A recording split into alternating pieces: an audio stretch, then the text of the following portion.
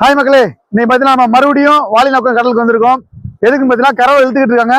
அன்னைக்கு கரவை இழுக்கும்போது வர முடியல, நல்லா மீனை வித்துக்கிட்டு இருக்கும்போது வந்தோம். இன்னைக்கு வலை இழுத்துக்கிட்டு இருக்காங்க, வாங்க அதை போய் பார்ப்போம். நம்ம மீன் இன்னைக்கு பர்ச்சேஸ் பண்ண போறோம்.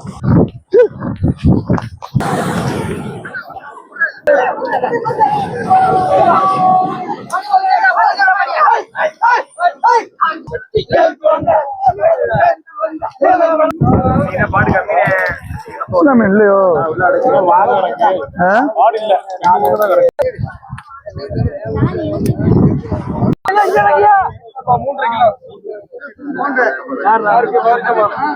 ஒரு 3 கிலோ தானே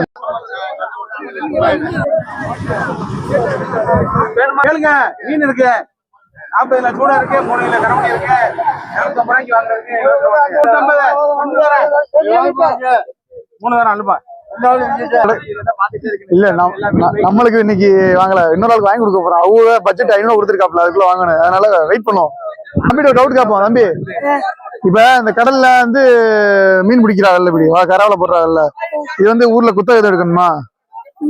சும்மா யாருன்னா போடலாம், உங்க மீனவர் யாருன்னா போட்டுட்டு இழுக்கலாம், ஆளுக்கு கூலி மட்டும் கொடுக்கணும்.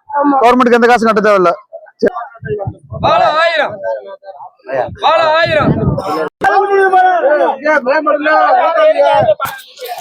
மக்களே, ஒரு 450 ரூபாய் ஏழை எடுத்துருக்கோம். நம்ம பாருங்க, மீனா சூட மீன், எல்லா மீன் கலந்து வந்திருக்கு. 450 ரூபாய்க்கு ஒருத்தா நீங்க கமெண்ட்ல சொல்லுங்க. நம்மளும் பர்ச்சேஸ் பண்ணியாச்சு, கிளம்ப வீட்டுக்கு. பையன் தூக்கிட்டு வந்துட்டு இருந்தோம், வெயிட் தாங்காம பையன் அந்து விழுந்துருச்சு. ஒரு வழி இல்லாம நம்ம நாரை கட்டி தூக்கிட்டு போயிட்டு இருக்கோம். பக்கத்துல ஒரு ஐஸ் வண்டி நிக்குது, ஐஸை போட்டு அப்படியே ஊருக்கு கிளம்போம். கொடு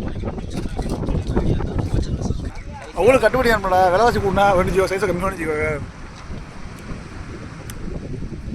ஏன்னா எல்லாமே இப்போ ஏற்றிட்டு வரது இல்லை, நம்ம 5 ரூபா இருந்துச்சு, பெருசாக இருந்துச்சு. விலைவாசி கூடனாலும் இருக்கு.